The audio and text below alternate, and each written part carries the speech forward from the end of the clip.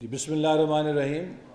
اس وقت پاکستان کی وفاقی حکومت جو سلیکٹڈ حکومت ہے، ناکام اور نااہل حکومت ہے، وہ اپنی مختلف محاذوں پہ ناکامیوں کو چھپانے کے لیے اپوزیشن کے خلاف غداری کے سرٹیفکیٹ بانٹ رہی ہے۔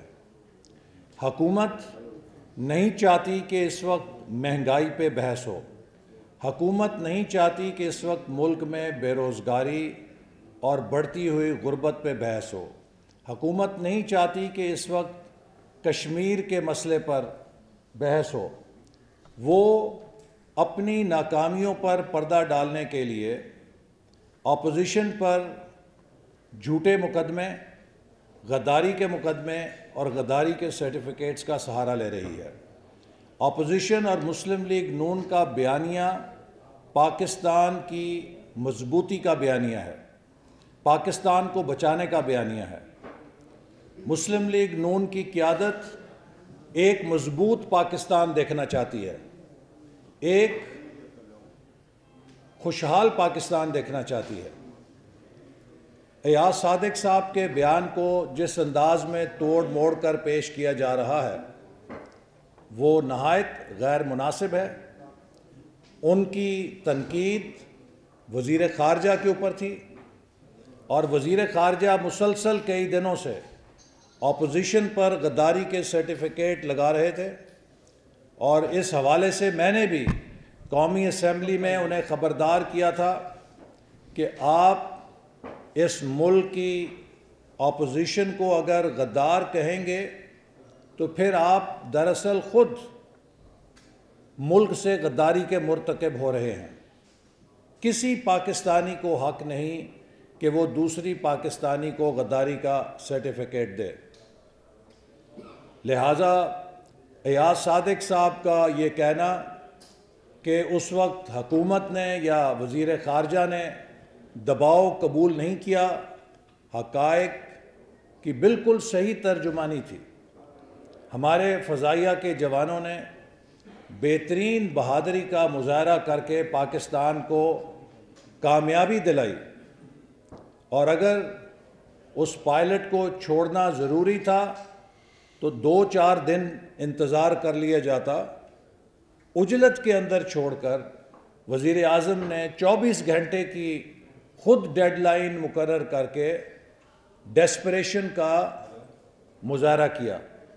یہ ایک نقطہ نظر ہے، اس میں ملک سے غداری نہیں ہے، اس سے کسی قسم کی ملک کی کمزوری ظاہر نہیں ہوتی، بلکہ یہ تو ملک کے لیے ایسی بات ہے کہ ایک ایسا ملک کہ جو ایٹمی طاقت ہے اور ہماری مسلح افواج دشمن کا جواب دینے کی صلاحیت رکھتے ہیں، تو ہم یہ پوچھنے میں ضرور حق بجانب ہیں کہ وزیر اعظم نے اس قدر عجلت کا مظاہرہ کیوں کیا۔ اس کی وجہ صرف یہ تھی کہ وہ پریشر نہیں لے سکے، he is not trained for the job, اور انہوں نے اس دباؤ میں آ کے 24 گھنٹے میں اسے چھوڑ دیا۔ اور میں نے کل بھی کہا کہ چائے کی ایک پیالی جو اسے پلائی تھی، 2-4-6 پیالیاں اور پلا لیتے چھوڑنے سے پہلے، تو ملک کے لیے ذرا باوقار انداز ہوتا۔ اسی طرح خود وزیر اعظم نے کہا ہے کہ جنرل مشرف نے امریکہ کے سامنے سرنڈر کر دیا 9/11 کے بعد۔ تو کیا یہ غداری کا بیان ہے؟ یہ ساری پاکستان کہتا ہے۔ ہمیشہ سے یہ کہتے آئے ہیں کہ ایک فون کال کے اوپر جنرل مشرف نے سرنڈر کر دیا تھا، تو اس میں کیا پاکستانی فوج کی تذلیل ہے؟ کیا اس میں پاکستان کے کسی قومی راز کی تذلیل ہے؟ وہ ایک اوپن سیکرٹ ہے، اور آج بھی ساری قوم یہی کہتی ہے کہ جنرل مشرف نے سرنڈر کیا، جنرل مشرف نے امریکہ کو فوجی اڈے دیے بغیر کسی سے پوچھے۔ ان پہ ہر کوئی تنقید کرتا ہے، تو وہ کیسے اینٹی پاکستانی ہو گیا؟ تو لہٰذا یہ ایک بے معنی بحث ہے جس کو صرف اس لیے چھیڑا جا رہا ہے کہ حکومت اپنی کارکردگی سے توجہ ہٹا سکے۔ ہم پاکستان کے تمام اداروں کا احترام کرتے ہیں، اور جو نواز شریف صاحب کا اور مسلم لیگ نون کا بیانیہ ہے وہ پاکستان کو، پاکستان کے اداروں کو مضبوط کرنے کا بیانیہ ہے۔ ہمارے ادارے تبھی مضبوط ہوں گے جب آئین کے مطابق چلیں گے. اگر آئین کے مطابق یہ ملک نہیں چلے گا تو یہ ملک کمزور ہوگا.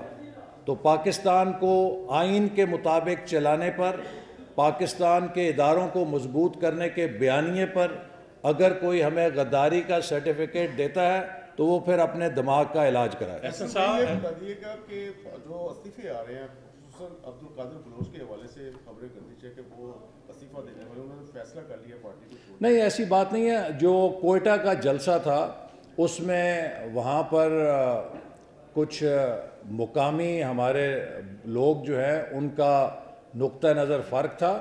چونکہ اس جلسے کی میزبانی بی این پی اور وہاں کی دیگر جماعتیں کر رہی تھیں، ہم اس میں مہمان کے طور پہ شریک تھے. اور وہاں پر چونکہ اختر مینگل صاحب اور ثناء اللہ زہری صاحب کے مابین ایک تنازع ہے، تو اس لیے درخواست کی گئی تھی کہ ماحول کو ٹھیک رکھنے کے لیے ثناء اللہ زہری صاحب اس میں شرکت نہ کریں، چونکہ وہاں تنازع ہو سکتا تھا، ماحول خراب بھی ہو سکتا تھا. تو اسے بلا وجہ ایک ضد انہوں نے بنایا جس کو ہم نہیں سمجھتے کہ ٹھیک تھا. اور پی ڈی ایم کا جو مفاد ہے اور اتحاد ہے اس پہ ہماری ساری جماعت متفق تھی کہ ہمیں کوئی ایسا کام نہیں کرنا چاہیے، اور ہم نے بھی انہیں یہ چیز بتائی. تو مجھے امید تو ہے کہ وہ ایسا کوئی قدم نہیں اٹھائیں گے، لیکن اگر وہ صرف اسی واقعے کو بنیاد بنا کے کوئی قدم اٹھاتے ہیں تو یہ ان کی مرضی ہے. احسن صاحب، ابھی آپ نے بات کی غداری کے سرٹیفکیٹ کی، 60s میں بھی دیکھنے میں آیا تھا کہ محترمہ فاطمہ جناح کی جب کمپین چلی تو ان کے ساتھ جنہوں نے 2 لخت بھی ہوا اور قطر کا واقعہ ہو گیا، انہیں بھی غداری کے لوگوں کو سرٹیفکیٹ بانٹے گئے.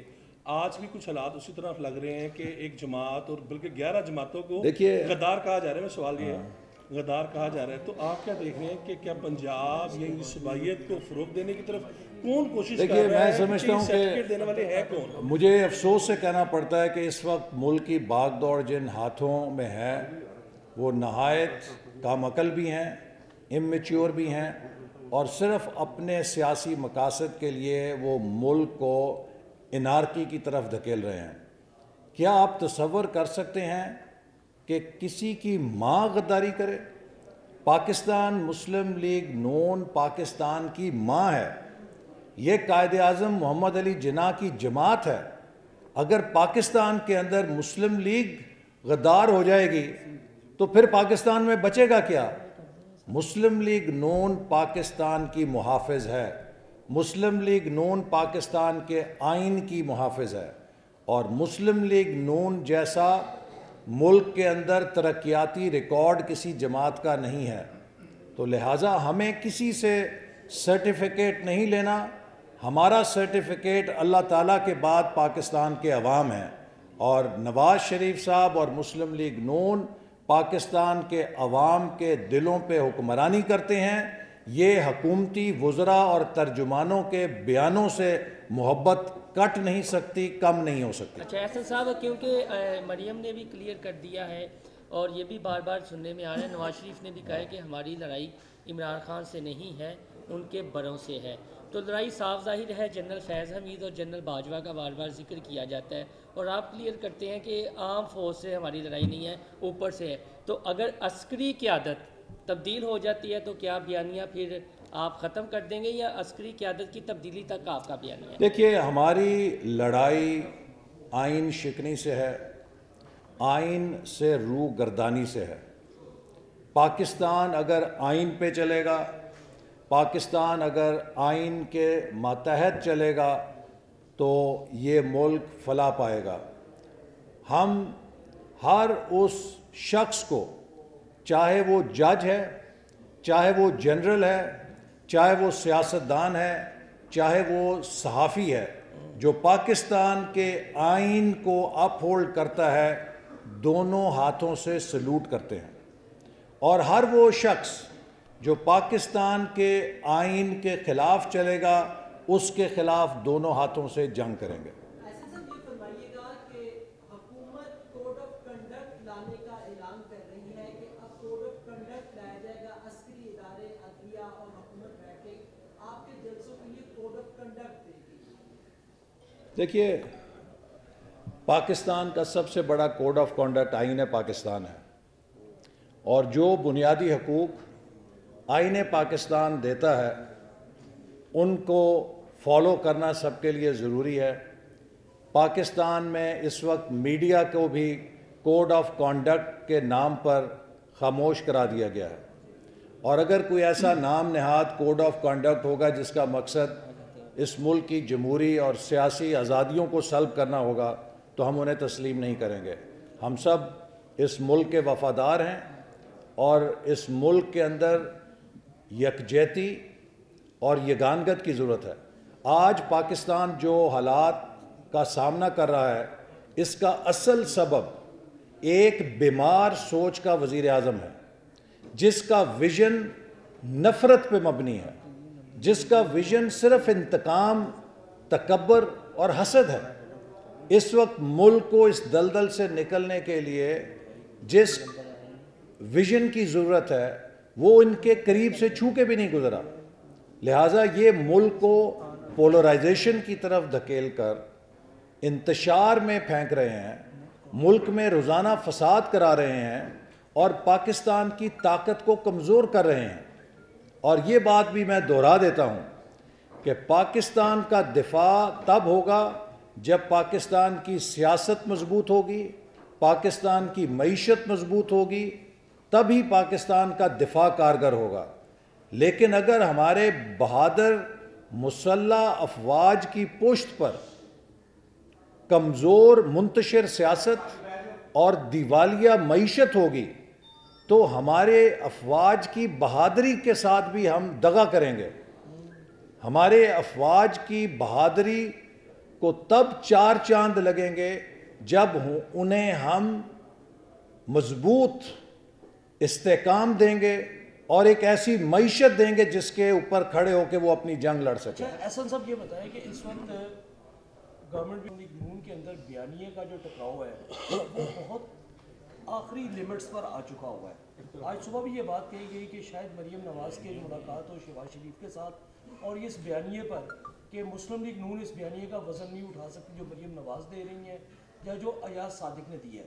کیا واقعی ود ان پی ایم ایل این آپ کے نریٹو پر حالات یہاں تک پہنچ چکے ہیں؟ دیکھیے ہمارا بیانیہ بہت سادہ ہے، وہ آئین پاکستان ہے۔ مسلم لیگ نون کا بیانیہ صرف آئین پاکستان ہے۔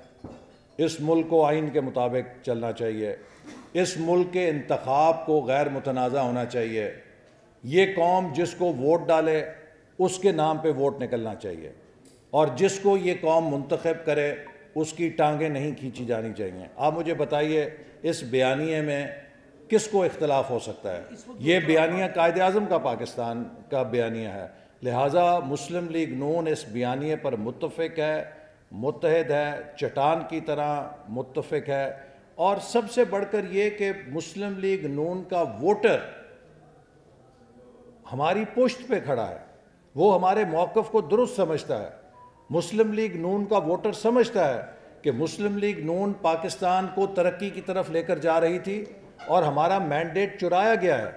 ہمارا مینڈیٹ نہیں چرایا گیا بلکہ پاکستان کا مستقبل چرایا گیا ہے، پاکستان کا مستقبل چھینا گیا ہے پاکستان کے عوام سے، لہٰذا لوگ اس زیادتی کا مداوع چاہتے ہیں اور وہ مسلم لیگ نون کے ساتھ کھڑے ہیں، اور یہ سرکاری ترجمانوں کی پریس کانفرنسیں ہمارا ووٹ بینک ڈسٹرب نہیں کر سکتی۔ بہت شکریہ۔ بلوچ صاحب کا بھی آخری میں دیکھیے سیاست تو ہم کر رہے ہیں، حکومت بغاوت کر رہی ہے۔ حکومت اپنی ناکامیوں کو چھپانے کے لیے قومی اداروں کو اپنی سیاست میں جھونک رہی ہے، یہ بغاوت ہے۔ حسن صاحب یہ بتائیے گا کہ یہ ایاز صادق صاحب کے خلاف پورے شہر میں مختلف چوراہوں پر بینرز لگے ہوئے ہیں، تصاویر ہیں، اور یہ کون لگا رہا ہے؟ آپ مجھے بتائیں نا، یہ جو ایک سپانسرڈ تحریک ہے یا جو سپانسرڈ کیمپین ہے، اس کے لیے ہر پاکستانی کو پتہ ہے کہ یہ کیسے چلتی ہے۔ یہ بینر کیسے لگتے ہیں، اور یہ ہمیشہ اس طرح کی جو کیمپین ہے یہ ہوا کے اندر ٹائم فش ہو جاتی ہے۔